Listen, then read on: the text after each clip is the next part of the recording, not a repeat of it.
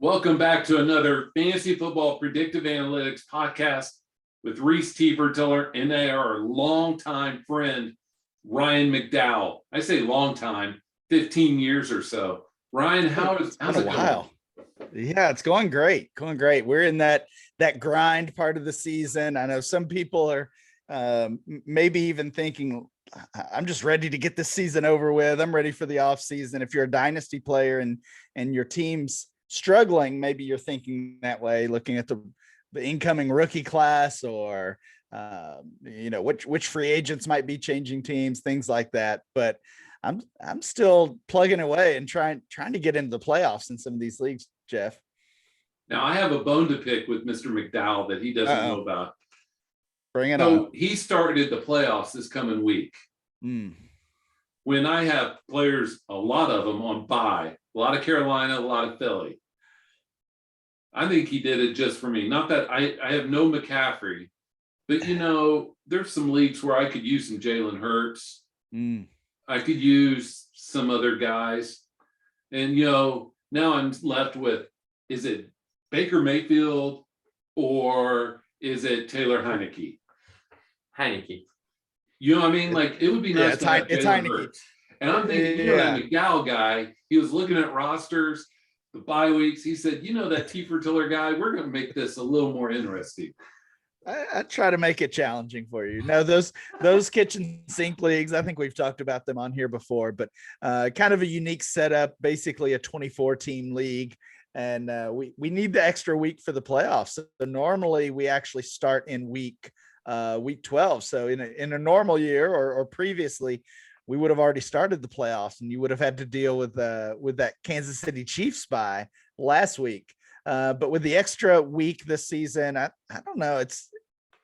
That's one thing we talked a lot about in the off season was the schedule change and how that would affect things, how it would affect the fantasy playoffs. And would the new week 17 be just like the old week 17, where it's kind of a throwaway week, or is 18 the new 17? And I think when we saw those bye weeks with some significant buys in week 12, and more importantly for typical leagues in week 13, I think everybody just kind of said, we've got to push it. We don't have a choice at this point. It's got to be 14 playoffs starting in week 14 at the earliest, or week 15. So I don't know. I'm interested to see as the season wraps up how NFL teams approach week 17, especially if they've already got a playoff spot or a division wrapped up. Yeah, I was just busting your chops. Yeah, it's fantasy football, even though I get irritated because I lose some heartbreaks. At the end of the day, it's fantasy football. You know what I mean? Like, hey, I would just say, Jeff, if you earned a top 2 seed, then you got the bye and you don't have to worry about those NFL bye weeks. So yeah, just, hey, do better, man. Hey, I already told you about my heartbreaker on Monday Night Football. Right. Terry McLaurin, I needed 0.2. And that wasn't near as bad. Now that I'm on a soapbox and on a whining rant, last year, I remember all I needed was 5 points. I was in the semis going into the finals. I needed 5 fantasy points, PPR, Bengals, Steelers, Monday night. And I had a choice between Gio and Juju. I chose wrongly. I chose Juju. And if y'all remember that play, that was the one where Juju took a crossing pattern. He caught the ball, took a step, got lit up. The ball went backwards. They counted the negative yards on his catch, and I lost. Which was awesome. All right, looking back, we whine, but it's awesome because it's just part of life. You've got a better memory than I do, for sure. I guess I've got a short memory really in life, but in fantasy football as well. And maybe that's a good thing that I don't remember all of my own bad takes or anybody else's. Yeah. But you're talking about your heartbreaks. I remember in semifinals a couple of years ago, I think it was 2018. It was the Derrick Henry 99-yard touchdown rush against the Jaguars. Played against him. Cooper put up 3 touchdowns on the Eagles on Sunday Night Football. And then the Tyreek Mahomes stack against the Ravens, but they let him up for like 3 touchdowns. Sometimes it happens, and you got to. It's just part of life. You got to Oh yeah, shrug your shoulders, smile, and say, it's fantasy football. yes. So as we were talking about past heartbreaks, how are your fantasy teams doing, Ryan? Doing okay. We talked about those kitchen sink leagues already. There's 5 of those total, and I am going into the playoffs. I won my division in 4 of those, so that's a good start. But we all know it's really the playoffs that matter. Actually, I already claimed to have a short memory, but I remember this one last year in one of those leagues. I go into the playoffs undefeated. I think we played double headers in those as well. So I think there were 22 games at that point. So I go into the playoffs 22-0, haven't lost, and clearly the best team in the league. And I lose in the first round of the playoffs. So my season was over. No title for me. So the regular season's great. Get into the playoffs, but then that's what really matters. So going well so far, but yeah, and it's luck, right? I mean, you don't know if you're relying on Tom Brady. Thankfully, if you have him, they're not worried about sitting him. But there are some, like you mentioned the end of the season, and Rhys is way more on top of it. But I don't think either of the conferences, any teams far enough ahead that we worry about it at this point. Not for the top of the conference, but in the division somewhere. Yeah, that's a great point. I just kind of threw that out as kind of a general thing we talk about every year, thinking about which teams might sit their starters or their key players. But that's really true. There's just been so much parity. We talk about the Jets beating teams, or the Texans beating teams that we didn't expect. That's just kind of the state of the league this year, that you look at almost every division race and it's close. Or I mean, it's close. We're not going to see those teams sit this year. Even the ones, I think the NFC North, the Packers have a pretty significant lead, but they're still battling for overall NFC standing. So yeah, that's a really good point, guys, that we may not have to worry about teams sitting out as the season wraps up. Yeah. But sorry, a lot of the reason why that has to go with a lot of the wild card teams or teams on the fence. I believe going into last week, there was like 15, 16 teams that, not 15, but like 12 within 500. And that number is probably staying about the same through the rest of the season. That's a lot of teams battling for wild card position. Yeah. I mean, you see the standings and the teams that are in the hunt. That the top 7 and then the rest that are in the hunt, and in the hunt is almost the rest of the conference, right? Yes. I mean, even teams that are below 500 are still in the hunt, at least in the NFC. So yeah, it's just totally wide open. That's going to be a good thing for us, probably. Especially when the NFC has the 7 seed, I think, is the football team with a 5-6 record. Yeah. And so you have all those teams that are 5-6, 4-7, or the ones that have their bye or haven't had their bye, within a half game either way. I mean, you could even see, because I believe this week, at least 2 of the primetime matchups are for the division league with the Broncos and Chiefs and Bills Patriots. All right, you have your Broncos hat on. Let's talk about this. If your boys beat the Chiefs, how far-fetched is that for the Broncos to be leading the division? It's weird. Not used to it. It's like 10 when that last happened. I mean, going into the season, it might have been far-fetched, but at this point, everything seems like a possibility. Oh man, it's a crazy year. Especially if I told you, hey, you're going to trade away Von Miller, Teddy's going to play average and miss some games. You're still going to be there. Wow. Yeah. What, 2 weeks ago we thought the Broncos were packing it in, and I mean they're last in the division as I peek at the standings, but they're also 1 game out at the same time. Yeah. So yeah, well, it's going to be a fun next or 6 weeks. Yeah. But all those teams are either 6-5 and 7 or 7-4 in that AFC West. Yeah. So you're mentioning like how you were number one in your division for 4 of your 5 leagues, or 4 of your 5 kitchen sinks. What have been some of your lessons learned either this season or the season before that led to your success this season? I mean, I think we have to talk about running backs. Yes. It's just been it's kind of the topic of the week as McCaffrey season is now over, and Dalvin Cook goes down with the injury.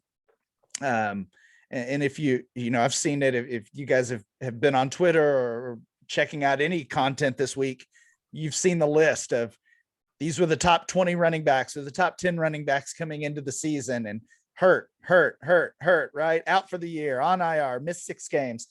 And, we can pick out the 1 or 2 or 3 that hasn't been the case, right? If you got Jonathan Taylor, if you got Austin Eckler, if you got Joe Mixon, you're doing great. Beyond that, you're hurting, you're feeling it. And one thing I do over at DLF, Dynasty League Football, is run these monthly mock drafts to collect ADP. And we're seeing the shift, right? Like, Jeff, I mean, I know you remember the first shift, 10 years ago or longer, maybe, when it went from the entire first round was running backs to people are taking Calvin Johnson at the 101. Like, can't even imagine taking a wide receiver at the 101. And if we're going to take Calvin Johnson there, then we've got to put Julio Jones and AJ Green and Demaryius Thomas and Josh Gordon in that conversation too. And now suddenly the first round is half and half. And then a year later, there's 1 running back in the first round. That's it. So I don't know if the shift this time is going to be that dramatic, but it might be. This offseason, we might be looking at Jonathan Taylor as that first round running back and really no other locks. It could be a lot of these young wide receivers, Jamar Chase and Jefferson and CD Lamb and all these names that we know dominating the first round. So I think I don't know if that's the lesson I've learned, but that's a big shift that I've noticed. Let me pile on for 2 of those. I do think that there'll be a boomerang effect on Dynasty where you can get older running backs cheaper. Mm-hmm. And, like Fournette was peanuts coming into this season. Yeah. And he's been decent. But also, I think it's going to set up an opportunity for guys like DeAndre Swift. He could miss this week and miss the next and have 3 good games. And then we're willing to put him back at running back 2 again. You know what I mean? It's just, this is always the flight of the bumblebee. It seems, it's up, it's down, it's here, it's there. But Ryan, the thought I was going to push in on, tight ends getting older, except for Pitts and Andrews. You can throw in Goddard, some of those guys, and wide receivers getting young, quarterbacks going young. There aren't very many running backs going young. You know what I mean? Like, there aren't that. It's the one position there aren't that, other than Taylor and maybe Swift, there aren't that many great young guys out there. Rhys says Dobbins, but you know what I'm saying? I was going to mention Dobbins and Cam Akers as well, because 6 months ago we thought the running back position had been reborn with this class of 2020. I guess that was that rookie group of Akers and those guys, and we can throw Najee Harris into that conversation as well. So it feels like it feels like you're right, that we don't have these young options, but I think really quickly we could, if Akers comes back healthy, if Dobbins comes back healthy, and these are a lot of ifs, if Travis Etienne pans out and is healthy, if Antonio Gibson bounces back, he's had a rough year, mostly due, I think, to injuries and to his health. So there's still a lot of options that can kind of reload that running back position. But y'all, John Jonathan Taylor does look like the one most set up for success just behind that offensive line.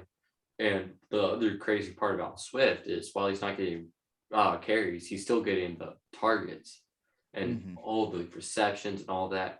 And you could see the next version of the Jacobs versus Eckler receptions versus carries. You could see that panning out with Dobbins versus Swift.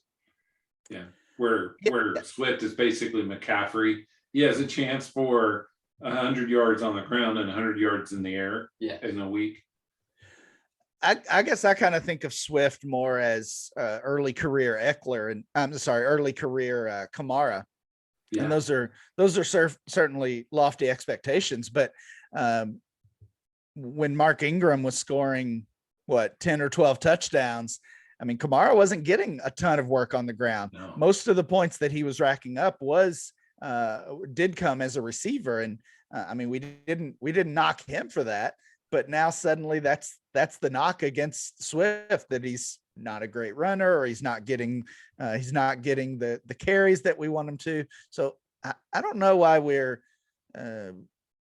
holding that against DeAndre Swift all of a sudden, when it's something we loved about Kamara, McCaffrey, Eckler, some of these others. Now, if you want to talk about Swift as the overall RB1, that's a little tougher to pull that trigger. And I know some have, and some probably still have him there. It's just hard to ignore what we've seen from Jonathan Taylor the last 6 weeks or so. Yeah, but the other thing about Swift and his defense is game script. Detroit's not in very many obvious running situations. Plus, Jamal Williams is a passable running back. Whereas if you look at Taylor, Nyheim Hines really isn't. Marlon Mack isn't. They're just feeding him. And so, I don't know. I still think the jury's out. So do you think Swift is like a top 3 guy? Probably. Because the other guys are old. Like, I'd love to put Derrick Henry there. It's a crazy stat. Derrick Henry still leads the league in carries. And he's been gone how many weeks? And so I'd love to played put 8 games. Yeah. Derrick Henry there, but I mean, you're really going to put a guy with that age and that miles, over these younger guys? I don't know if I want to front load my dynasty teams that much. Okay. That's good thought. But Jonathan Taylor, I believe it was Pat Fitzmaurice on the podcast, brought up that Frank Reich was not giving him much of a workload. Even in this past game against Tampa Bay, Colts went 20, 25 straight plays without handing off to Taylor. And then look at that. Once you did, they scored a touchdown on that drive. Oh, yeah. And sometimes NFL coaches are like us fantasy coaches. We outthink ourselves.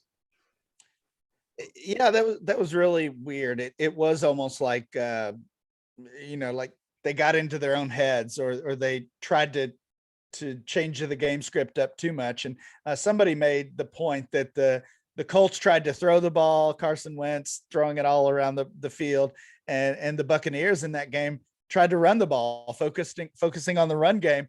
And it's like these two shifted, game scripts or game plan, whatever you want to say there. And it didn't really work for either one. Although I guess when Fournette's racking up 4 touchdowns, maybe you can say it did work for them. But I mean, Jonathan Taylor has only gotten 20 carries twice this season, 20 plus carries in 2 games this year. And those are just 2 of the past 3 weeks. So there's a reason for those complaints. I think when you see the production, you see the talent, and he's putting up 150 yards on 18 carries or something. I think that's kind of our selfish instinct, is we want to see more. What can he do with 25 carries? What can he do with 28 carries? So I get it. It's kind of give or take though, because we also want to be careful of that workload, and we don't want 3 or 4 Derrick Henry seasons piled up as far as the number of total carries. So I think ultimately the way they're using him is probably a good thing. It just leaves us a little hungry though. Yeah, it's like ice cream. I want a lot of ice cream until it gives me a bellyache, right? and Rhys knows I love ice cream. Yes, especially because we live in the Brahms state. Yeah. So you I you've miss already that mentioned place. yes, you've already mentioned this shift that you anticipate in the ADP of running backs and receivers. Do you see that panning out in your own rankings? I definitely do. Yeah. And I think rankings are always an interesting conversation because there's so many ways to approach it, right? Are you thinking about it as far as how you would draft these players in a new startup? Are you thinking about it as far as trade value in an existing league? And to me, those things are very different. Some might say they should be the same. I don't really think that's the case. Totally different for me. So it really depends on kind of my mindset when I'm looking at my rankings or making updates. But yeah, I have moved the young wide receivers to the top of my rankings. Chase, Jefferson, and Lamb, along with AJ Brown and DK Metcalf, are all among the top 5 or 6 in my rankings. And then we got to get Jonathan Taylor in there because I do think we're starting to see the gap between him and everybody else. So it's almost a similar conversation that you would say about Kyle Pitts, that you see a big gap value wise between Kyle Pitts and every other tight end. And maybe that's why you think he's a first rounder in startups this offseason. That's almost where we are with JT as well, that such a gap between him and everybody else that he's locked in not only as a first rounder, which is obvious, but probably that 101 spot even. So you know more about this than I do. I'm not the dynasty guy in the family. That's him. But is Kyle Pitts worth more than is Mark Andrews worth more than Travis Kelsey then? I think they're getting close, and of course, Travis Kelsey's 32 years old at this point. I believe Mark Andrews is 25, I think. So that's, when they're scoring kind of in the same range, which they have been for most of the year. Kelsey's had a couple of those blow up games, but for the most part, we've seen his production dip. That gap is going to close quickly because of the age difference. So I still have Kelsey ranked higher, but again, if I go into startup draft mode and I'm building a team from scratch, I would prefer Andrews. I think they'll both end up in that 3rd or 4th round range of typical dynasty startups. And I think Kyle Pitts is going to be a first rounder. Wow. Hey, Ryan, I have a question. So there's a guy that I moved way up this week so just for transparency, I don't do overall rankings because everybody wants to argue positional value and every league's different. So I don't like those arguments. Yeah. But there's a guy who moved way up in my wide receivers, and I moved him ahead of AJ Brown and ahead of DK Metcalf because I think his coach has figured out how to use him, and that's Deebo Samuel. I was going to say, I knew who you were going to say already. And I could tell. Yeah. I moved him up, and he's in. For me, you ask who's going to score more in the next 2 or 3 years, Samuel, and you say somebody counter and say, well, Samuel's been hurt some. I'd be like, so is Metcalf and Brown. And so, I don't know. It's hard, and I don't have any Deebo shares. I wish I did, but it's hard for me to deny his role and his ability. Deebo's. Sorry, Rhys, go ahead. Oh, no, you go. The question and the concern for Deebo has always been injury. Because, I watched him for years at South Carolina, and the guy just struggled to stay on the field. I hate to see it and hate to even think about it. You don't want to feel like you're jinxing him. And he's had the same struggle his first couple of years in the league. I think, honestly, that's why when he got hurt on Sunday and what seems like it's going to be a relatively minor groin injury, maybe miss a game or two, but not season super serious. But the reports from the sidelines were that he was getting emotional. He was upset. He was almost crying. And, the first thought is it's got to be season ending. It's something very serious. I think it's probably that same frustration we felt as fans of his or as dynasty managers, seeing the talent, but knowing he can't stay on the field. So I just wonder if that kind of bled over with him having the same frustration of like, here we go again. This is happening again. And fortunately, like I said, it seems like that's not the case. Maybe a game or two, and hopefully he'll be back, because it's been an unreal year for him. Not only the usage, but just the overall production, even as a straight up wide receiver before they start mixing him into the backfield, as they have the past few games. But I'm with you, Jeff. I've moved him way up my rankings as well. I do overall rankings, all positions together. And in my one quarterback rankings, he's a first rounder. I think I've got him 12 overall. I do still have him behind Metcalf and AJ Brown. But you make a good point. I mean, they're all three within the same age range. I think Debo's maybe a year older than those guys, a little bit older. But certainly AJ Brown's had his own health issues and injury concerns. So if that's the knock against Debo, you've got to treat it both ways there. So yeah, I think he's one of the stories of the season from a dynasty standpoint. Yes. We were talking about their ages. Correct me if I'm wrong, both of you, but IU came out in 2020, which means Debo came out in 2019. And both the Ole Miss receivers came out in 2018. So Debo's a draft class younger than those two. But they came out younger. He was older. So I think he and the Ole Miss guys are roughly the same age. Right. But I'm checking it now. It looks Debo is 25, so I don't think he was an early declare. I think he stayed all 4 years at South Carolina. 25 years old. DK Metcalf is 23. AJ Brown is 24. So when's Brown's birthday? Let me see if I can find that really quickly here. It's got to be close, because it feels like I've seen that 24 by his name for a while. I think probably true of DK Metcalf as well. But Metcalf came out when he was 20. He was like one of the youngest dudes ever. Yeah. And so, well, right. Yeah, Brown is a June birthday, so he'll be. He's got a while. Yeah. So, but on that note, though, man, I look at Seattle and I think, man, that team could get blown up, and he could be an orphan wide receiver throughout his career. I say orphan, because you remember Russ wanted a trade last year, right? Yes. Russ could want another trade. They don't pass it very much. We could be talking about, the woulda, shoulda, couldas with Metcalf.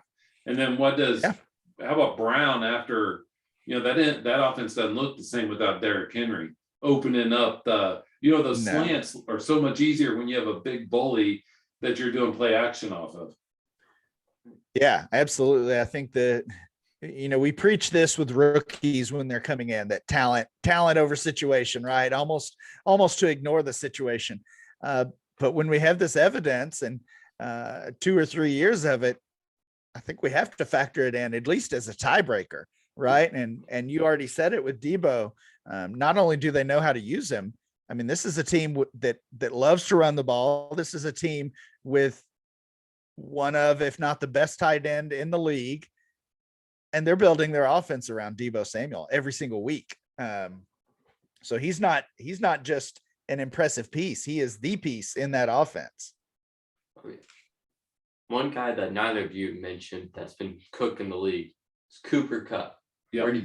He came out older, so he's slightly older. But Sean McVay has gotten the ball early and often. That also might be from Matthew Stafford. Yeah. Where do y'all place him? Let me add some context to you there, Rhys. He's younger than Adams, right? Yeah. Younger than 28. Devontae. Both 28. Both 28. Similar production, but we all, myself included, have Adams way higher. Yes. I don't. I've got Kupp ahead of Adams. And it was really that exact mindset of, I've got Adams high on this list. I've got Stephon Diggs high on this list. He's also 28 years old. But Cooper Kupp down a little bit lower. And as I started to reevaluate, I mean, if you think about it, the rest of this season, who do you want? I want Cooper Kupp. It's close, but I want Kupp over Adams. And think about, who do I want next year? Well, I'm pretty confident, even though they're on a little bit of a cold streak here. I'm pretty confident Stafford, McVay, Kupp, Woods, Henderson, hopefully Akers as well, maybe Debo as well. They're all back. They're running it back next year. Green Bay, like, who knows, right? Yeah. Rodgers may be gone, or maybe we should say probably gone. Devontae Adams may be gone as well. We saw that the Jordan Pippen photo that they used, the Last Dance photo as they started the season. So maybe that means Adams is going to try to leave as well. To me, it's at this point kind of hard to put Adams ahead of Cooper Kupp. So I did make that switch. I've got Cooper Kupp also in that same range as Debo as a kind of first, second round fringe guy. Rhys had a great point though. So do you want Debo or do you want Kupp? I think I'm going Debo there. We're talking about a 3-year age difference, and that's enough for me. But yeah, I do think that's a good question. They're both having awesome seasons. Yeah, but Kupp and Debo are a lot closer in receiving yards than people think. And while the touchdowns may be slightly different, Debo's at least getting the 50 yards on the ground per game that Kupp's not. Yeah, and a touchdown on the ground every other week. Yes. Yeah, I mean, on the games he plays.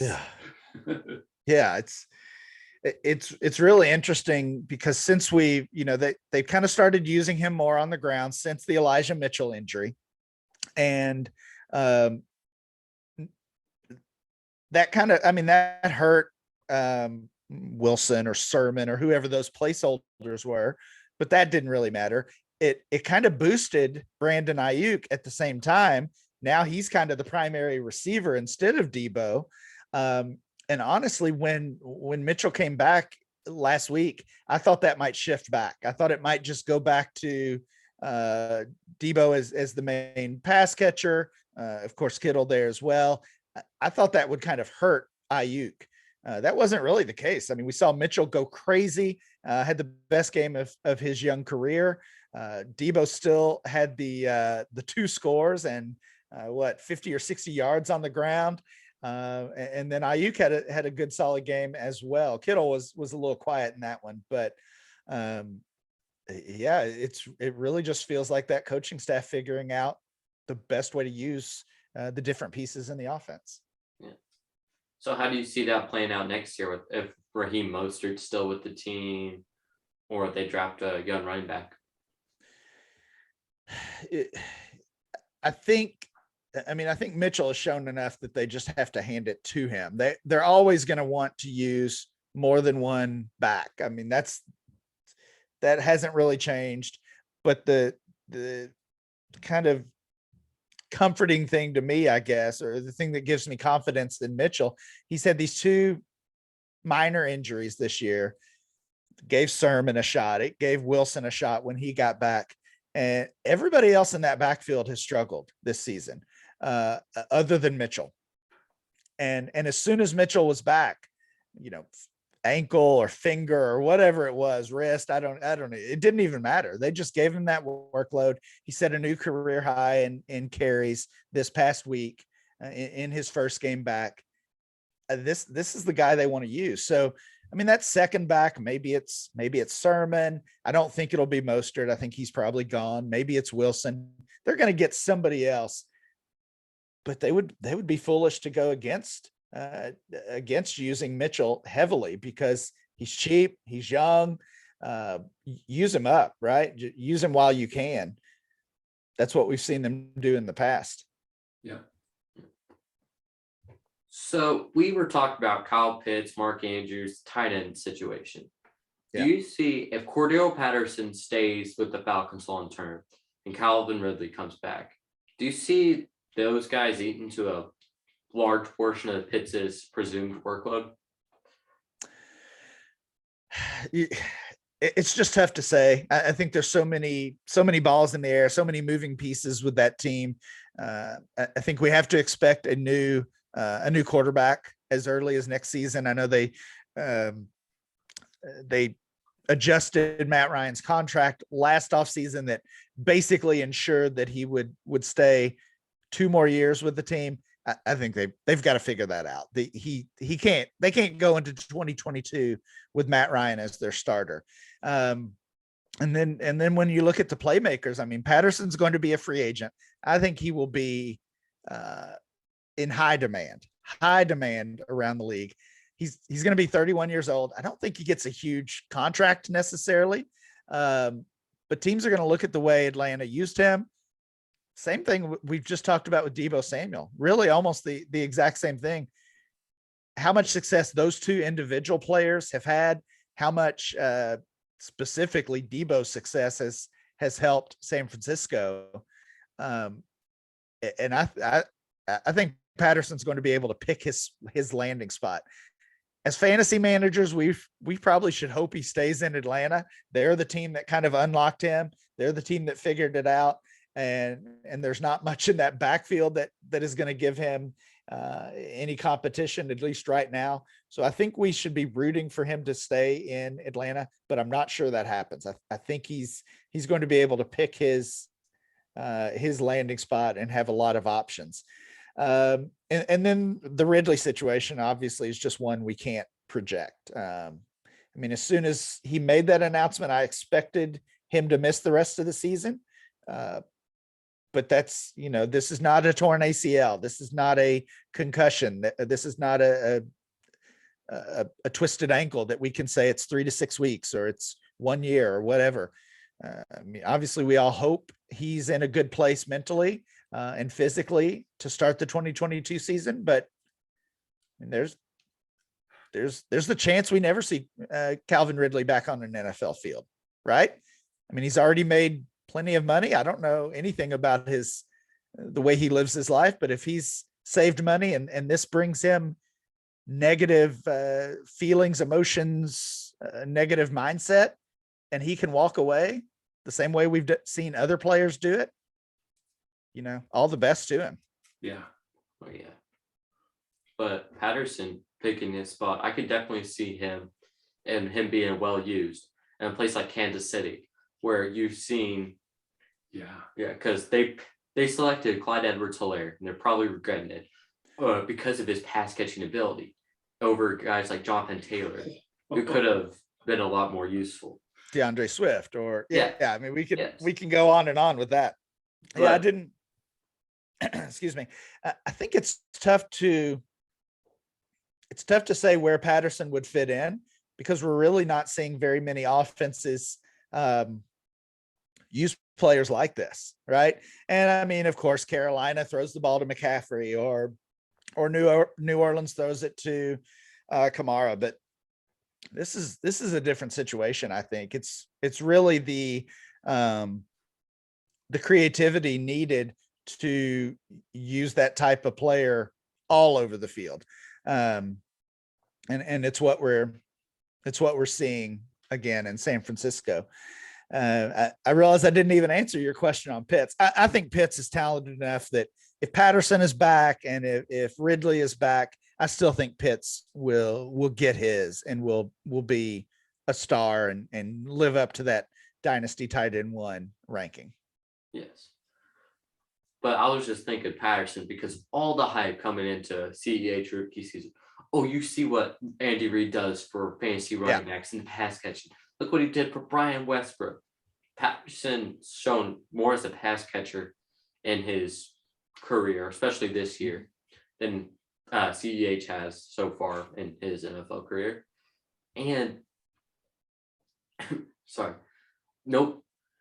one commentator described him as a guy the size of a linebacker. He's 6'5", 230, 235. He's the size of a linebacker that can outrun all the corners in the league. Yeah, the one place there's 2 places I'd love to see him. Arizona, because it's not like Connor and Chase Edmonds or anything, but he'd make a great chess piece in that offense. Yeah. And the other one, and it's just because I love punishment, is can you imagine him in the San Francisco offense used like Depot in Wow. a way that, you know what I'm saying? Like you could really, if you're Shanahan and you're like, hey, I want to go and I want to brew up something that nobody's ever seen. Those two guys that would be an interesting offense with Kittle, Mitchell, Patterson, Ayuk, and Juszczyk and Mitchell. yeah, it'd just be an interesting way to use them. Yes. Yeah, I don't know if that would be good for a fantasy standpoint, but it would sure be fun to watch. Definitely. Yeah, I mean, Patterson is just a freak athlete, and we pretty much knew that. And you know what took so long for this to come out? I don't know if it was a coaching issue or just the way they use him in general. But I mean, this is a guy who across his almost 10-year career now had basically established himself as one of the best return men of all time. And now they're just using him in different ways. So yeah, he's a freak athlete. So one final question for me. I don't know how many he has. Oh, I'll start writing them down now. Yeah. That's right. So we've talked about who you think the running back one and tight end one for Dynasty are. So who do you think the QB one and the wide receiver one are in terms of Dynasty? I still have Mahomes at QB1. I think he's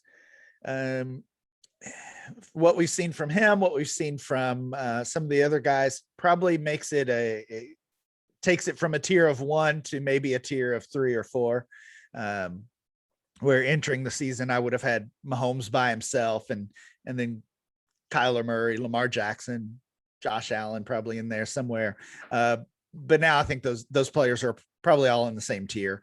To me, that just means less likely chance that I would have Patrick Mahomes on my team because he still carries that price tag. So if I can acquire, if the price for Mahomes is X and the price for Lamar Jackson is X -2, then I'm going for Lamar Jackson. I've got them in the same tier.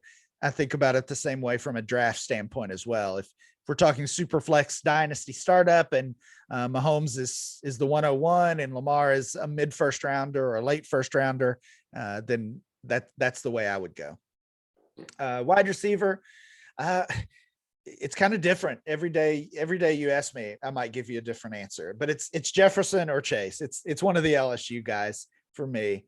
Both obviously super impressive and so young, and I like the situation for both guys. So I think right now I have Chase, but I wouldn't argue against Justin Jefferson either. I put Chase up a few weeks ago, and I've seen nothing to dissuade that, especially since he's paired with a young quarterback, and we don't know how much longer Cousins will be there. But you could play the other side is, yes, Thielen's taken all his touchdowns as well. But back on quarterback, it's interesting to me. We've seen some clunkers from Mahomes this year that surprised us. But you could say the same thing about Herbert and Josh Allen, and even Lamar throwing the 4 picks on Sunday night. I mean, the top quarterbacks haven't really been that top. I think of Dak on Thanksgiving wasn't really on his A game. Yes, he was missing some receivers, but you know what I mean? Like, there's nobody running off and hiding in this. Herbert, I want to blame. This is my partiality to Herbert. I want to blame the system that they're not using him, throwing down the field. But Josh Allen, scoring 6 points against Jacksonville. I'm like, how's that happen? Yeah. And so it makes me think, do the Burrows of the world, do they start, creeping up closer and closer? Does that tier below start inching up? I don't want to presume you have Joe Burrow there. You may be a Taysom Hill fan and have him there. Yeah, I've got Taysom Hill pretty high up there. No, I do have. I think Burrow would be next in that group for sure. I think you make a good point. We talk so much about Mahomes kind of coming down to the pack, but the truth is Mahomes might have dropped like a tier and a half, and Jackson, Allen, Kyler have also dropped a tier as well. All of those guys kind of coming back to the pack. Murray, I think everybody expected Murray to have that MVP type season. And he started out that way. A couple of years ago, it was Lamar Jackson with the breakout year. Last year, it was Josh Allen. And it felt like Kyler Murray's turn to do that same thing. But the offense changed, and he's just not running like Lamar and Josh Allen have.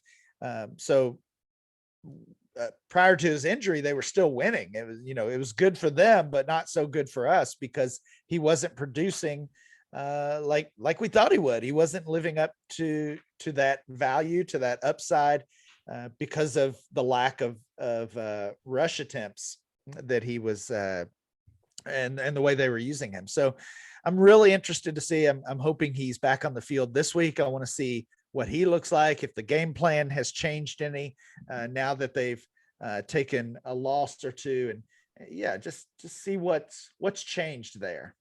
Yes. But the last time we saw Kyler Murray was on Thursday night against the Packers, where he threw 2 picks, no touchdowns, no rushing touchdowns, and the outside of the final drive did not look all that good. I mean, both interceptions were not his fault.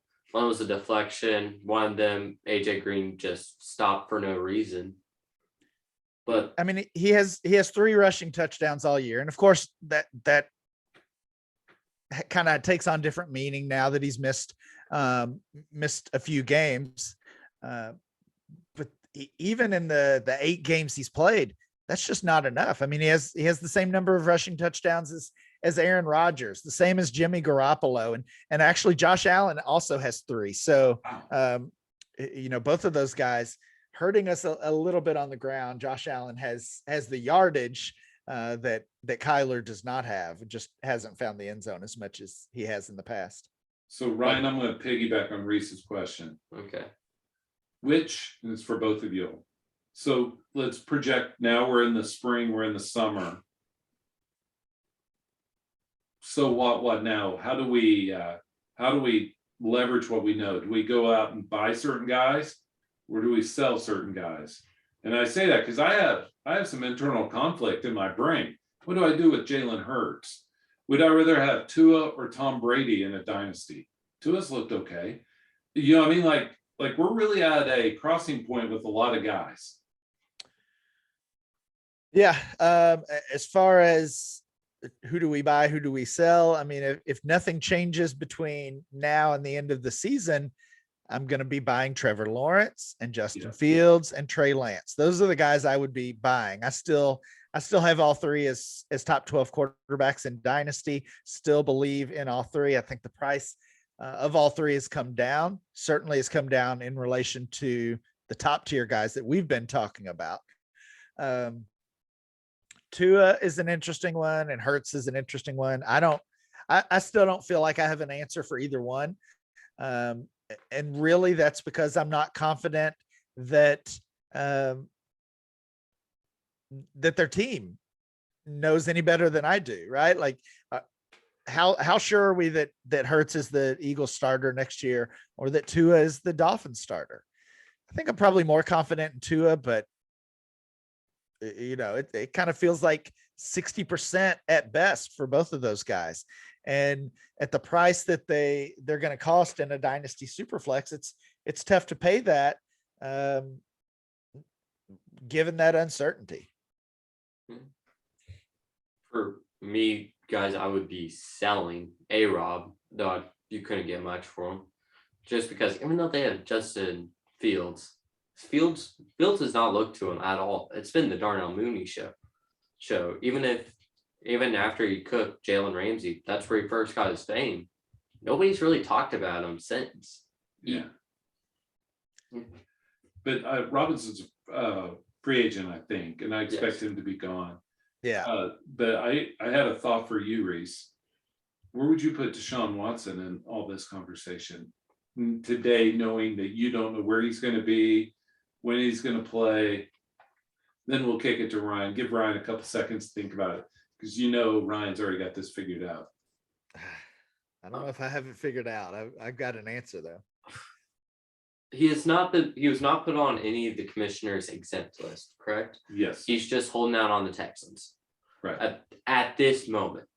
which means that the Texans would be okay to trade him, but they did not get a good enough offer. But in the offseason, something tells me that they'll hurry it up because they realize we can't do anything. We need to reset. We need these picks. They saw what their offense was like. So I would put him, and don't flame me too much, I think I'd rather have him at this point than someone like Zach Wilson, where I have no faith in the offense, no faith in the receivers, no faith in the quarterback. How about him versus Josh Allen, Herbert, Kyler, Dak? That's the conversation that gets us all squeamish. I'd rather have put him with Kirk Cousins. They got the world's most paid game manager, but can rack up top 12 fantasy numbers. Yeah, but he's worth a ton and still Dynasty Superflex. How about you, Ryan? Where do you have Watson in that stack? He's not in that stack for me. He's honestly, he probably would be. I'd kind of be with Rhys. He'd be more in the Cousins, Tannehill group. Yeah, I mean, so the status, Rhys kind of spoke to it there, but he's not been suspended. He's not on the commissioner exempt list. He's just a healthy scratch. Every week he's been a healthy scratch. I think they've missed their chance on a trade. That's, if eventually maybe that happens, but I think he's going to be suspended for the entire 2022 season. That's what I think happens. So that's why I'm not willing to put him in that group of elite quarterbacks or even the young quarterbacks with upside. Wow. But so one last thought then on that, but then I'll move it. We're talking about this, but Watson's still aging as we're talking about him. If he's suspended for that 2022 season, that's another year. He's 29, 30. Is he really that viable, especially with his legs? I mean, sure, he's got the passing qualities, but what made him so good was his rushing. Yeah, I'll take the other side of that, Ryan. I think if he can and is willing to resolve those civil cases, I think that's been the hiccup, is that he's been unwilling to resolve those civil cases. Once he does that and they have a confidentiality clause that nobody can say anything publicly, I think he gets traded. And then we're looking at destinations and trying to say upside. And I'm just saying this right now, and I'm going to kind of go where you guys were, even though I started off on the other side. But let's say, I'd say the most likely destination is Carolina. And then I look at Carolina quarterbacks. I'm like, we look at all those tools and we think a quarterback should put up fantasy points. But I don't think that system, even with DJ Moore, Terrace Marshall, Robbie Anderson, McCaffrey, is set. I don't think they pass right. Rhys is giving me this crazy look. The reason why I'm giving you a crazy look is because you were the biggest believer in Joe Brady. I was, but I'm saying I think that rule is overruling him in that they are not taking shots down the field. Every DJ Moore fantasy manager is unhappy.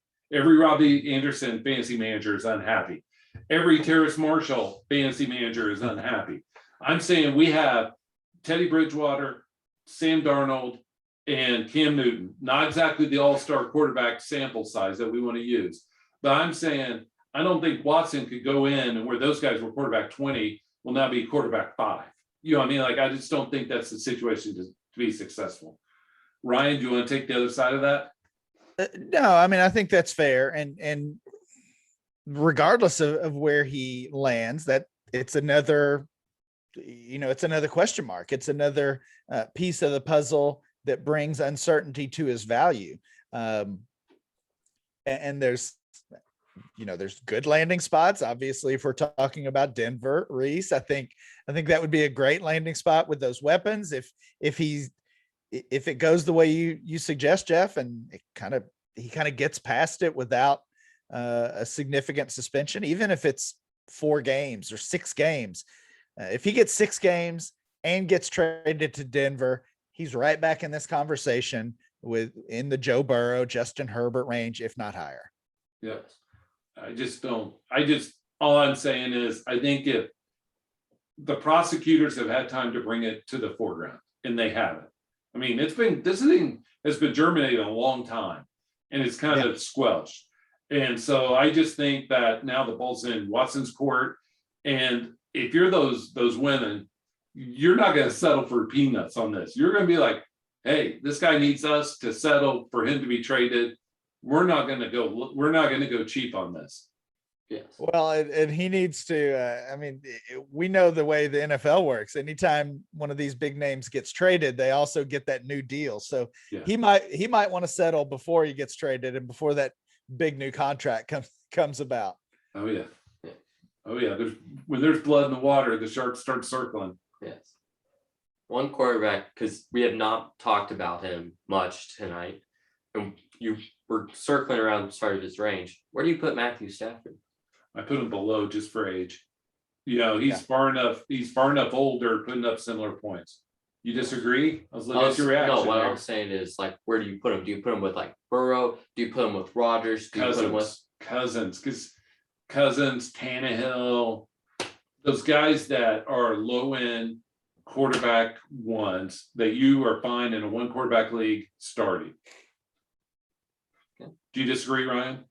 No, I'd probably have him a little bit higher than that, but outside of the QB1 range for me, maybe he's right behind Aaron Rodgers. Wherever you want to put Rodgers, I'd probably put Stafford right behind him, but certainly above Tannehill, above Brady. Yeah, that's kind of where I've had him. But in general, I agree. Yeah, the one thing I would say though is I think, and this is not meant to be a hot take. Stafford's one great fantasy season in Detroit is when he had an unworldly number of pass attempts. If you guys want to go look it up. But other than that, he was average. I think we are giving him too much credit for being in the McVay system, like we gave Goff too much credit. And I think Rodgers is a supreme talent that's carrying the Packer offense, where the Rams offense is carrying Stafford's dynasty value. And that's why I put him there with the Cousins range. Yeah, I think that's probably fair, but ultimately that doesn't matter, right? I mean, we're not ranking the talent of these players. We're ranking the situation and the talent and everything combined for what they can produce and what value they can bring us. So, is Aaron Rodgers a better quarterback than Matt Stafford? Well, yeah, certainly he is. But we also don't know what team Aaron Rodgers will be playing for next year. It might be those men in orange and blue out there in the West. And if it is, his value, I think is going to be helped, and so is Sutton and Judy and all those guys whoever they get, it's going to help. But yeah, I would just say I agree with all that, but fantasy wise, I don't think it matters much. The only reason I thought it mattered was that situation could change. Talent rarely does. If he loses Cooper Kupp tomorrow, he's going to go down in fantasy production. And we've seen Rodgers have to put it up without Jones or Adams. Yeah, that's true. That's fair point. So while we're talking about Rodgers and all of them, do you see Adams following Rodgers to wherever he goes? I mean, it's going to be kind of a fun storyline to follow. But I mean, that we're talking about a lot of money, right? I mean, Aaron Rodgers is going to want $40 million a year. Davante Adams is going to want $20 million a year. So that by itself tells me probably not. That's 30% of the cap. Yes. On two players. And the other reason I'm with Ryan on this is the only teams that can afford them are the bad teams, and those guys want to win a ring. Sure. They're not going to the Giants. You know what I mean? Like, they're not going to a bad team. Yeah, and I mean, we kind of get stuck in fantasy mindset of how great Davante Adams is, and he certainly is.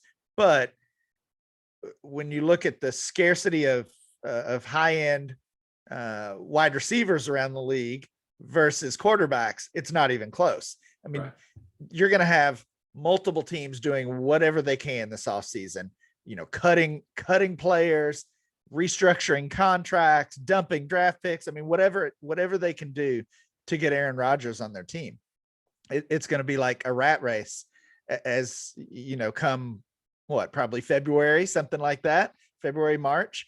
And Davante Adams, it's just not going to be that way. Unfortunately, there's too many wide receivers. They just don't matter as much as quarterbacks.